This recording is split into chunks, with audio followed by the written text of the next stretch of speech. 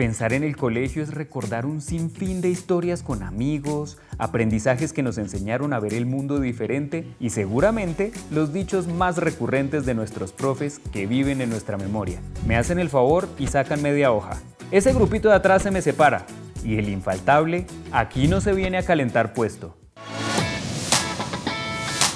En este episodio, desde la voz de la experiencia, hablaremos por qué al colegio en realidad no se va a calentar puesto. Este es un ejercicio que los y las docentes desarrollan con pasión, pero sobre todo a conciencia de lo que implica su labor en la vida de los niños y niñas que están forjando las bases para un futuro. Esto es Del Dicho al Hecho, la ciencia detrás de Bogotá. Hola, les damos la bienvenida a un nuevo episodio de este podcast Del Dicho al Hecho, la ciencia detrás de Bogotá de las Olimpiadas STEM 2026. Un espacio en donde la cotidianidad se convierte en una excusa para que podamos pensar, reflexionar, aprender y sobre todo cuestionar. Mi nombre es Daniel Riaño. Y yo soy Ángela Neusa. Yo creo que hay algo poderosísimo en la labor docente. Yo creo que todos tenemos ese profesor que nos marcó la vida, que nos hizo cambiar la forma en que entendemos el mundo. Y sucede aún más con esos profesores que son súper innovadores, que se esfuerzan totalmente porque los estudiantes adquieran conocimientos y puedan transformar sus vidas. Y por eso, en este espacio, nos acompañan Diana Rosso y Ernesto Perdomo, son docentes y bueno, por favor, cuéntenos más de ustedes. Bueno, Diana es bioquímica, enamorada y apasionada por la educación y los niños y las niñas de Colombia. Y Ernesto Perdomo es un apasionado de lo que hace, de su labor como docente, un convencido de que otro mundo es posible, un convencido de que el camino es por la educación, un convencido de las capacidades de los niños, las niñas, los jóvenes, un convencido de que en las instituciones educativas públicas tenemos un material y un capital humano impresionante y que efectivamente nosotros como docentes podemos de alguna u otra manera aportar a ese granito que tenemos en el espacio, digamos, en el que nos encontramos. Ese es Ernesto Perdomo.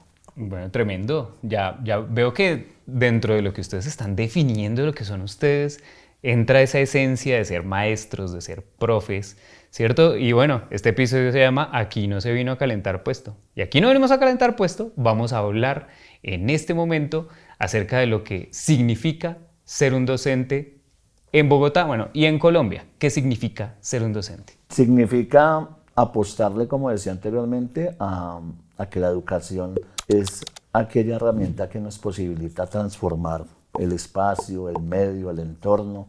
Ser docente significa una responsabilidad muy grande, ¿no? Tener una responsabilidad frente a la niñez, frente a la juventud, y significa de alguna u otra manera también inspirar, que esperamos efectivamente se dé así, para que ellos entiendan que tienen todas las potencialidades, todas las capacidades de hacer su vida mejor.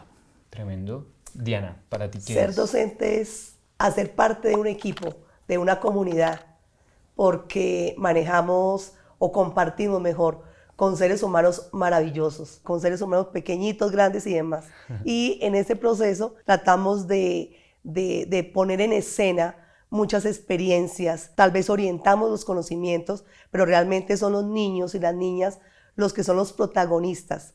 Tratamos de motivarlos, tratamos de tratar de descifrarlos en el ambiente en que se desarrollan, porque no todos realmente de pronto tienen las mismas posibilidades. Y es ahí donde nosotros somos los mediadores para que ellos puedan sentirse seguros y desarrollar sus habilidades, pues obviamente abonando a su futuro frente o con este proceso del aula y sus dinámicas. Bueno, en la actualidad estamos llenos de distracciones. Estamos permeados de redes sociales, videos de corta duraciones. A mí me surge una pregunta, Diana, ¿cómo hacen ustedes para atraer la atención de sus estudiantes y incentivarlos hacia el conocimiento? ¿Cómo hacen para llamar la atención, captar la atención de los estudiantes? ¿Cómo hacen? Tratamos de utilizar muchas estrategias y hacer acuerdos al inicio de las clases. No todas las clases son iguales. En el caso de bioquímica, por ejemplo, hay que tener la atención siquiera unos 10 minutos antes de iniciar todo el proceso. Después, ya que se explicó el tema o la actividad, doy acuerdos, a veces trabajan en grupos o individual, cierto tiempo con el celular, consulte, tienen tanto tiempo y los pongo a competir. Esa motivación de competencia a un adolescente es muy interesante. En algunos casos a veces no me funciona y tengo que buscar otra alternativa. Entonces, el día a día pone las pautas y las normas en las clases con el manejo del celular. No es fácil, no es fácil. Siempre algo sucede, no faltaba más. E inclusive ya tengo unos daticos de qué es lo que más el estudiante hace durante una clase y estoy tratando de rastrear a ver si puedo tener esa pócima perfecta para poder hacer que ellos se centren y potencialicen ese recurso tan maravilloso como son los celulares. O sea, tú vas haciendo un seguimiento de las clases, Sí, de lo que vas haciendo. me evalúo. Sí, Sí, claro, porque epa. termina uno la clase y dice, hoy como que no me fue muy bien. Ya. Y entonces, Me ¿qué hago pongo, para así? Me pongo insuficiente. No, mentiras. Bueno, no tanto como insuficiente, pero sí algo por mejorar. Ya. Y todos los grupos no son iguales. Ok, A veces ok. la misma dinámica sí funciona para unos grupos, otros días no. Y tratamos pues nuevamente de sintonizarnos y coger nuevamente impulso para la siguiente clase. No, y todo lo que está pasando ahorita, la vez pasada hablábamos con profes y muchos han sentido o han notado la diferencia en las aulas, ¿no? ¿Ustedes cuánto llevan enseñando? Bueno, Diana, ¿cuánto llevas como profe? Sumando 34 años. Toma, 34 años. Ernesto. Si sumamos ahí lo que hemos hecho en el sector público más lo del sector privado, alrededor de unos 23 años, diría yo más o menos. Bueno, entonces, ustedes vivieron toda esta transformación del número de estudiantes en las aulas, ¿cierto? Bueno, no sé, cuéntenos, porque algunos nos expresaban como, sí, antes el salón eran 40 y pico, 41 estudiantes, y ahora son 25, 23, 24. Entonces, bueno, ustedes, ¿qué experiencias has tenido tú, Ernesto, con este asunto? Digamos que vamos a tratar de hilar como las dos cuestiones, ¿no? Entonces, y eso se ve en una sociedad hoy en día líquida, ¿no? Todo Ok. fluye O sea, Sigmund Bauman, una muy sociedad líquida. rápido, ¿cierto? Ajá. Entonces ese concepto de sociedad líquida hace también que, digamos, las dinámicas cambien de un momento a otro muy rápido. Y lo que dice la profe Diana, entonces si nosotros generamos una estrategia en el aula, puede que esa estrategia no funcione para un curso similar al que tenemos. O sea, día a día tenemos que estar vinculando nuevas estrategias y cambiando. Y los chicos también, de alguna u otra manera, y las chicas lo que hacen es igual. O sea, lo que hoy de alguna u otra manera les motivó, ya si nosotros lo volvemos a llevar al aula, ya no les va a motivar. O sea ¿qué que pasó? nos hacen también nosotros pensar en los recursos casi que al día a día. Y en esa misma sociedad líquida de la que estamos hablando, pues la movilización de las poblaciones también se da.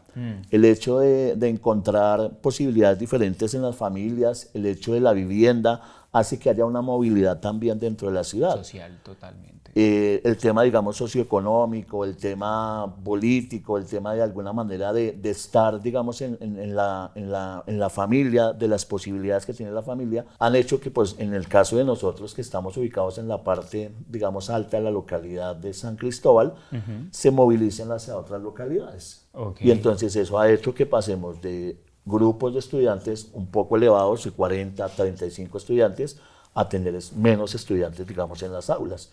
Y pues obviamente, si nosotros llevamos un elemento al aula o retiramos un elemento del aula, hay una transformación. Si ubicamos más personas o menos personas, eso obviamente tiene una serie de cambios importantes. Cambian aquí. completamente la Exacto. dinámica. Las dinámicas cambian, sí, Ok. efectivamente. Diana, ¿a ti cómo te ha ido con eso? Pues en el Colegio Unión Colombia de Usaquén, que queda en la 183 con séptima A, permanecen 40 fijos. Ay, no ha cambiado. No ha cambiado. Tan es así que siempre hacen cola y preguntan constantemente que cuándo es el cupo. Uy, Afortunadamente, esta población pues pertenece a los cerros orientales de Bogotá, se ha mantenido. Tuvimos una debilidad este año que se cerró una sede por la ampliación de la séptima. Ok. Entonces eso pues obviamente es todavía un traumatismo, Cambia. porque obviamente cambiaron 9 docentes, casi 10 docentes de esta sede se cerró. ya las cosas empiezan a cambiar y a dar otro viraje en ese proceso. Pero sí, los 40 afortunadamente nos mantenemos en el colegio en Colombia. Mira, es una situación muy distinta con los dos profes, ¿sí? Uno más para el sur, otra más para el norte, y están experimentando cosas completamente distintas, ¿no? Y cómo nos adaptamos. Esa es una gran pregunta que a veces está en manos de los profes. ¿Tú qué opinas, Ángela? ¿Qué papel juegan los profes con la adaptación? ¿No sabe qué me llama a mí la atención de lo que mencionan ustedes? Ustedes no están viendo la tecnología como un rival, ¿sí? O como un obstáculo. Ustedes lo están viendo como un aliado para fomentar buenas prácticas de enseñanza y aprendizaje. Entonces me llama la atención porque en algún momento leí que la inteligencia artificial puede reducir la carga docente e incluso puede ayudar a, por ejemplo, a la evaluación y retroalimentación a los estudiantes, a la personalización de la educación. Me llama poderosamente la atención y me gustaría saber ustedes cómo hacen de la tecnología una aliada en su quehacer diario como docentes. Algo importante de lo que mencionas, Ángela, es que nosotros, digamos, de entrada, creo que todos los docentes no entramos a prohibir, ¿no? O sea, el tema de la prohibición hace que también haya un choque, digamos, de entrada con el estudiante o con la estudiante. Lo que entramos es a dialogar, a mediar, a buscar de alguna manera que entiendan otras posibilidades que puede tener ese mismo dispositivo, ¿sí? Claro. Entonces, lo que hacemos con el dispositivo o con la tecnología, en este caso, lo que mencionas de las inteligencias artificiales, se convierten en un aliado del proceso. Le enseñamos de alguna u otra manera al chico que esa herramienta le va a posibilitar mejorar sus habilidades y sus capacidades y que la herramienta está al servicio de él o de ella y no al contrario, ¿sí? No es que nos dejemos o que se dejen dominar por ese dispositivo, sino que el dispositivo de alguna u otra manera obedece a eso que nosotros queramos que haga el dispositivo. Entonces, donde se convierte, digamos, un asistente no solamente para los docentes, sino para ellos mismos. Buenísimo. Casi que de alguna u otra manera no es que nos vayan a reemplazar a nosotros, sino que de alguna u otra forma se convierte en una herramienta que potencia, digamos, su forma de aprender. Y de alguna u otra manera, como nosotros sabemos que con Diana hay estilos diferentes de aprendizaje, pues esa misma dispositivo, esa misma tecnología posibilitará también de alguna u otra manera adecuarse a ese estilo de aprendizaje del niño, la niña o el joven en el aula. Bien, y puede ser también un tema dentro de lo que se hace dentro de la labor del profesor, con una serie de particularidades que ya veremos, ya ustedes nos contarán qué significa ser profe mucho más allá de la teoría, ¿cierto? Pero entonces, con el equipo fuimos a un colegio participante en las Olimpiadas STEM y algunos alumnos nos dejaron también sus preguntas. La primera sería esta.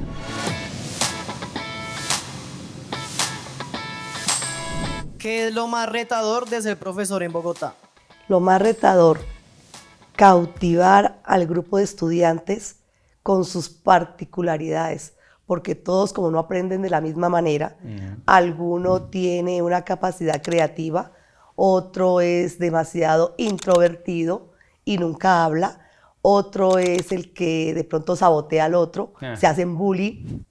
Entonces, mantener ese equilibrio en una clase o en un reto STEM, por ejemplo, o lo que nosotros desarrollamos día a día en nuestras clases, es complejo, pero tratamos que ellos mismos lideren, buscamos a los líderes del grupo, porque siempre hay uno maternalista o paternalista, y es el preciso para que lidere y empieza uno a dar responsabilidades, y esas responsabilidades son las que hacen que validen el grupo y se mantengan. Entonces hay como una sincronía que ayuda a que ellos se incluyan dentro del proceso sin dejarlos apartados, porque pues todos los niños aprenden de muchísimas maneras y allí de esta manera se van colaborando, hacen un trabajo colaborativo, armonioso, que culmina pues obviamente en terminar sus actividades que se proponen durante la clase. Bueno, para enfrentar estos retos y particularmente fomentar la participación en equipos de los estudiantes, desarrollar competencias científicas, están estrategias como las Olimpiadas STEM,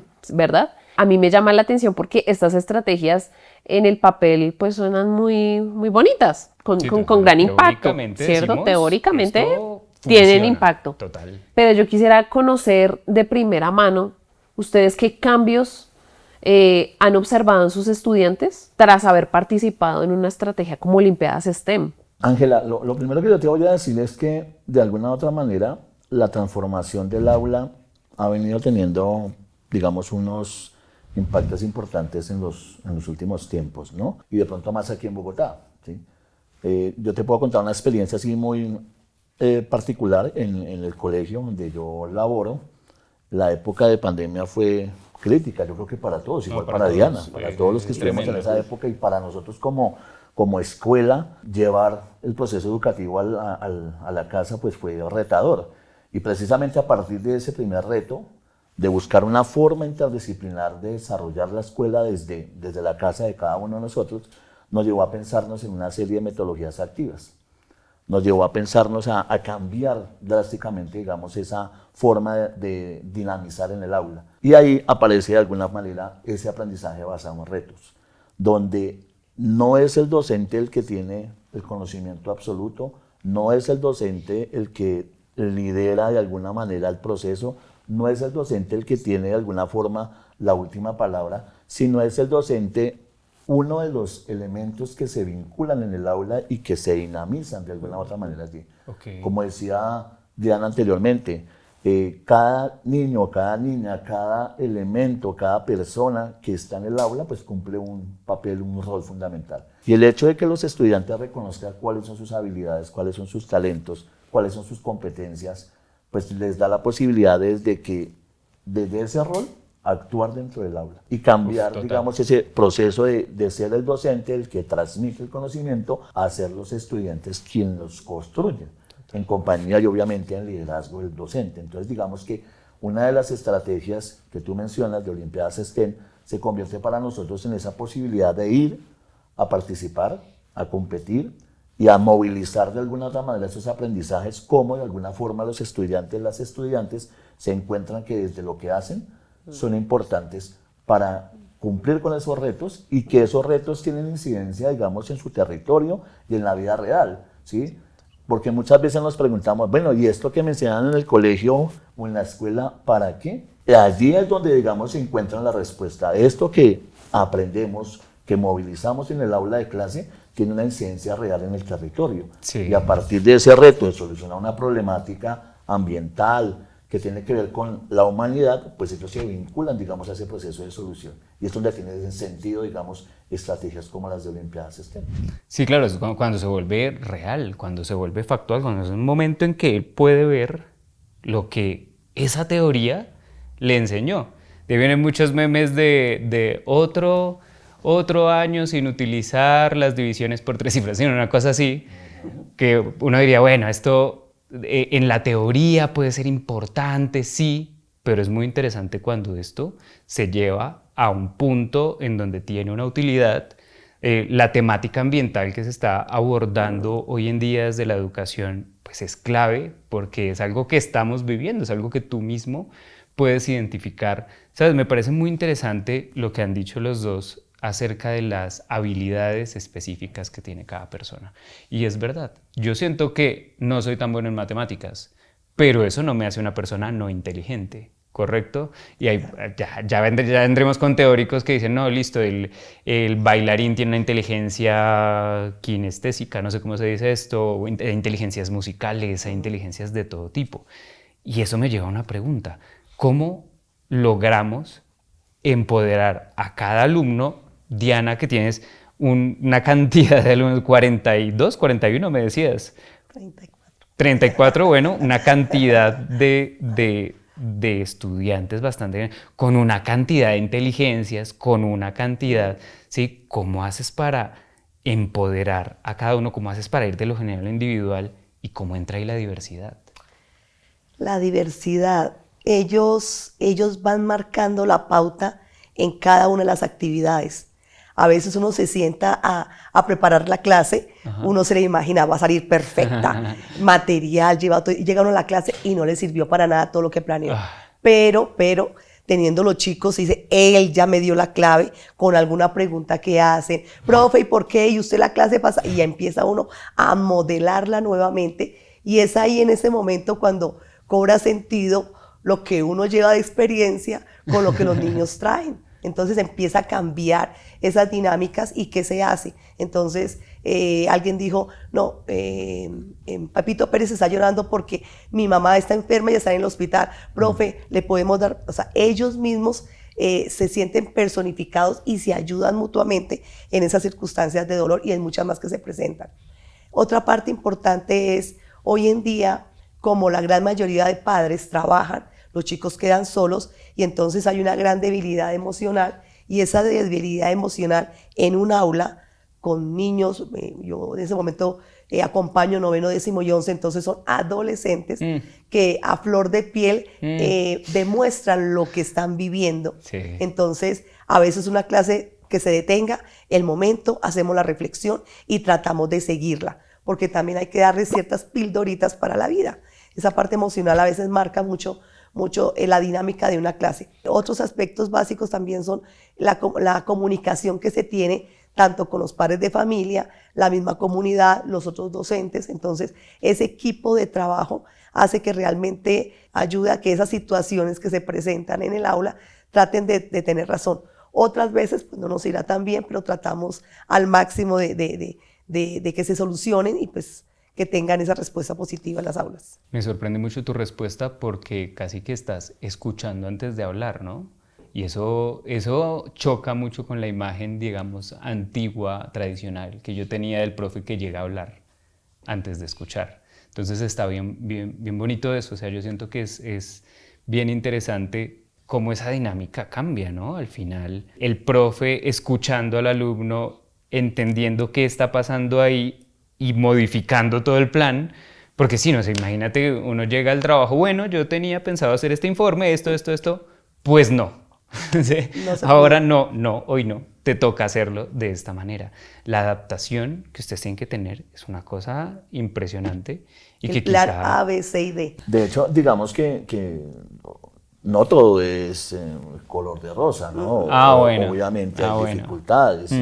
Hay retos, hay algo que definitivamente nos reta. Yo creo que Diana está igual en la misma sintonía, y es la atención a la población diversa, la atención a la población con discapacidades cognitivas, a la diversidad o a los trastornos de aprendizaje, o a la diversidad o a las minorías, a la diversidad étnica. Eso siempre nos lleva a nosotros a pensarnos también, digamos, qué hacer más allá. Y es allí donde, para conectar con lo que decíamos anteriormente con Ángela frente al tema del dispositivo, el tema de la tecnología, hay tecnologías que de alguna u otra manera aportan al proceso, ¿sí? Dependiendo los tipos de discapacidad, hemos encontrado en la tecnología un aliado para poder abordar, digamos, el trabajo con estas poblaciones. Lo que decía Diana también, todo el tema, digamos, no es el conocimiento o la disciplina gruesa, sino el tema emocional, el que también comienza a verse, digamos, de alguna u otra manera, claro, evocado en el aula. Y son los mismos niños, las mismas niñas, los mismos estudiantes, a través de esos colectivos que se forman, a través de ese liderazgo, a través de los roles, quienes vinculan también, digamos, a sus compañeros. Total. Y hacen esos procesos también, digamos, de atención. El hecho de no siempre cumplir el mismo rol, lo que nosotros hacemos en Olimpiadas STEM, lo que hacemos en las metodologías activas, es que los roles van cambiando, ¿cierto? Sí. Y algo que le interesa de pronto al chico o a la chica, y que de alguna u otra manera hace que vea al docente de una forma diferente, es cuando el docente se involucra también en el proceso. Es decir, nosotros prácticamente en estos temas de estas metodologías o estas estrategias estamos aprendiendo más que lo que posibilitamos, digamos, en enseñanza. Cuando el chico y la chica se ve a su docente que está vinculado en el proceso y que también está aprendiendo con ellos, de alguna u otra manera, digamos, las dinámicas de aula son diferentes. Esa verticalidad con la que se veía en la educación tradicional ha cambiado sustancialmente.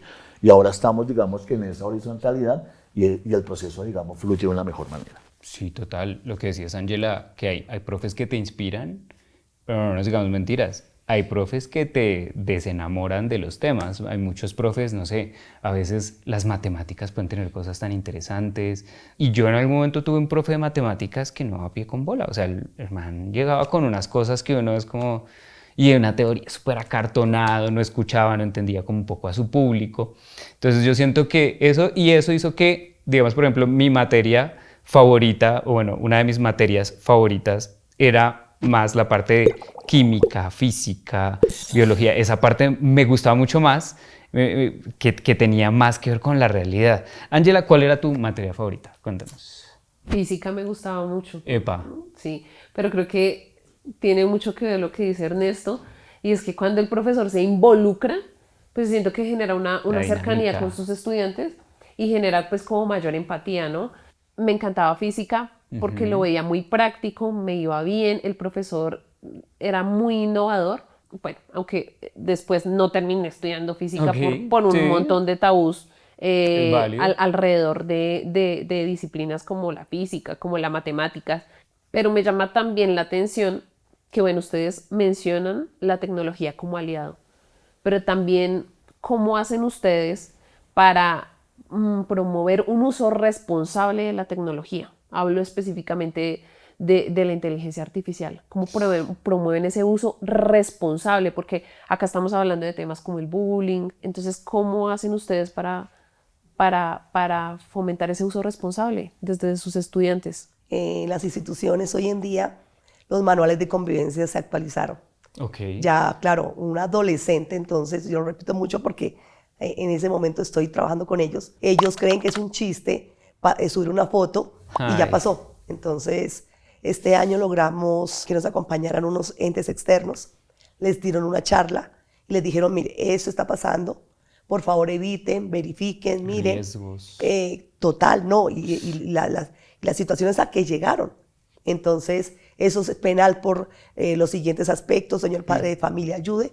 Y pues a pesar que se dijo y se hizo, cayeron unos cuantos. Uy. Y afortunadamente, digo yo, de estas tristes eventos, aprendieron que pues hasta allá no se llega. Entonces, las redes son interesantes y todos lo sabemos, pero hay que estar muy pendiente de la situación en casa. Y lo segundo, ellos hoy en día no están durmiendo. Ellos se la pasan, papá, se me voy a acostar a dormir, sí señor, pero llegan Ajá. súper trasnochados. Y dice uno, Los ¿y mapaches. cómo les fue? Claro, claro. Entonces ese tiempo de vigilia y de sueño está desapareciendo y esas dinámicas con ellos, realmente uno ve el cambio. Entonces nuevamente nos toca sentarnos, analizar el curso, cómo ven. Afortunadamente nosotros nos reunimos para hacer evaluaciones periódicas y contarnos. Entonces sale la reunión de docentes. Sí. Este grupo me parece, conmigo también, conmigo también. Les trata uno de tratar de ser asertivo en buscar estrategias para que estas situaciones en la casa traten de que obviamente tengan respuesta positiva frente a la norma y frente, pues obviamente, al cuidado de ellos mismos. Sí, total, la responsabilidad igual. El profe tiene un papel activo en la vida de los niños y de los adolescentes, claro que sí, pero ¿qué está ocurriendo con la educación en casa? También es un lugar muy importante, es un lugar donde el niño, el adolescente, está aprendiendo constantemente, está entendiendo el mundo, porque estamos en una etapa de desarrollo que es clave. Pasando un poco más a la dinámica del día a día, tenemos otra pregunta que hizo uno de nuestros estudiantes de los colegios participantes en Olimpiadas STEM. ¿Qué es lo que más disfrutan siendo profesores? Lo que más, una sola Lo opción, que más. una sola, listo. Yo lo que más disfruto es cuando veo que mis estudiantes de alguna u otra manera son felices, o sea, cuando de alguna forma encuentran en la escuela, encuentran en el aula, encuentran en lo que estamos abordando, digamos ahí en cuanto a aprendizajes, que definitivamente les llegó, les motivó, o sea, yo disfruto cuando ellos son felices, Ya. disfruto mucho. Buenísimo, qué bonito, muy chévere. Cuando se acaba el año. Ah, ¿cómo así? Sí, ¿Cómo sí. así? Y todos los estudiantes porque deben así. es el trabajo de todo un año que a veces me arremedan, me hacen memes o repiten mis muletillas, me han doblado. Eso me parece fantástico. Lo otro es verlos a ellos, decir, profe, estoy en la universidad, me gané la beca, profe. Para mí eso es fantástico. Y en las Olimpiadas, que clasificamos a la nacional, entonces ver ese grupo de padres de familia, de compañeros, porque no somos nosotros, somos un equipo de trabajo, y verlos a ellos felices, me parece que es la mejor recompensa. La felicidad de ellos y las familias, ese es el pago nuestro. Diana dice algo importante que a mí me parece que es, digamos, ese motivo, ese aliciente que tenemos los docentes. y muchas veces no es de manera inmediata, ¿no? Lo que decía Diana ahorita, cuando nosotros nos encontramos en algún espacio, en algún sitio y nos dice, y llega el estudiante o la estudiante después de haber pasado unos años y decirnos, soy profesional o estoy estudiando, Tremendo. o gracias a lo que usted hizo en el aula, o gracias al espacio que se abrió, o gracias a la convocatoria que hubo, o gracias a la participación en la que estuvimos, o el proceso, hoy en día estoy en tal lado. Entonces, eso yo también lo disfruto mucho. O cuando vuelven a la escuela, ¿no? Te visitan. No solamente en esos Te momentos visitan. de causalidad, Y profe. cuando llegan a la escuela nuevamente A a visitarte. visitar. ¿Qué hubo, profe? ¿Qué ha pasado? Ese es un espacio de disfrute, de aliciente, de recarga, digamos, de energía para decir, vamos a seguir adelante. Ya Algo se estamos hizo el haciendo trabajo. bien. Exactamente. Bueno, yo quisiera cerrar con una pregunta. ¿Qué pueden hacer esos profes que quieren romper el molde, que quieren desarrollar en sus estudiantes capacidades para enfrentar las realidades de este siglo? ¿Cómo pueden hacer para innovar sin morir en el intento? Yo creo que lo primero es ser auténticos. Cada uno tiene su esencia y hay que dejarla fluir. 2, reencantarse año a año. 3, unirse con más profes, aquí como mi profe aquí. ¿Por qué? Porque ellos revitalizan y uno a veces se piensa, ¿será que lo hice bien? Pero el profe dice, no, fresca, mire muy bien. Y esa palmadita que le dan a uno, eso es fantástico. Unirse con redes académicas. Hay personas externas que hacen dinámicas bueno. totalmente diferentes Sí. y que si uno escribe, si uno publica, entonces esa es la píldora que realmente se mantiene en tiempo y en espacio. Me parece que esos son los tips. Tremendo. Profe. Yo considero que precisamente como Ángela nos dice la pregunta, o sea, es que no hay moldes. Es decir, es buscar su propio camino, es hacer una ruta, buscar salir de esas paredes en las que se enmarca de alguna manera la escuela, buscar otras fuentes también, aliados, como dice la profe Diana, espacios de interacción, porque, por ejemplo, el tema de las Olimpiadas STEM posibilita eso, ¿no? El encuentro con el compañero, el encuentro con los estudiantes de otra institución, el compartir experiencias, ¿sí? Otro ambiente. No es ajustarse, digamos, al ambiente únicamente de la escuela, sino otros ambientes de aprendizaje diferentes. En la realidad, o sea, nosotros no vamos a modelar únicamente la escuela o el mundo desde la escuela, sino que vivenciarlo, o sea, salir de allí. Esa posibilidad que tiene el docente de marcar su propio camino, de hacer historia, no siguiendo, digamos, alguna ruta, algún molde, alguna receta, sino que se vivencie, digamos, también el proceso. Nosotros los docentes, digamos que tenemos esa pasión muy aflorada y buscamos siempre ser mejores, y para ser mejores siempre estamos documentándonos, buscando las estrategias, estudiando, aprendiendo, y aprendemos obviamente en el día a día con los estudiantes. Entonces, digamos que no habría una receta, no habría una recomendación, la única que busquen y tracen su propio camino y rompan, digamos, estereotipos, sería como el mensaje para ellos. Grandes escritores son grandes lectores, grandes profes son grandes aprendices. Podría ser. Bien, así es como pasamos del dicho al hecho. Agradezco a ustedes, profes, principalmente Diana, Ernesto, gracias Ángela por este espacio que nuevamente nos reúne para hablar de la educación, y esta es la ciencia detrás de Bogotá.